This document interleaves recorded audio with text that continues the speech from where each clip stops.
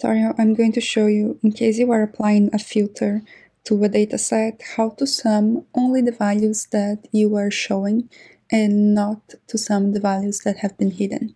So for example here, this is my full data set and I have data for the region East, the regions East and West.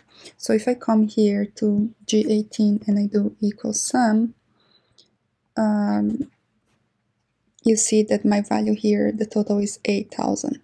Now let's say I want to do this only for West, and if I remove East, okay, you see that my value is still 8,000 because it's summing everything, even if it has been unselected. So what I can do, I'm going to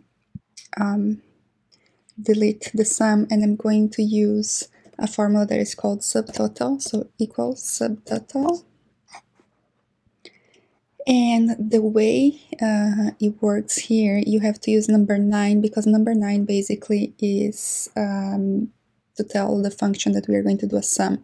You could do other calculations here, you could do average, etc. and there's numbers for each of them. For the sum, the number is 9, so equals subtotal then 9, comma, and then your range. You just select everything here and you press return and you see that my total here is 4,000, so it has summed only what's filtered.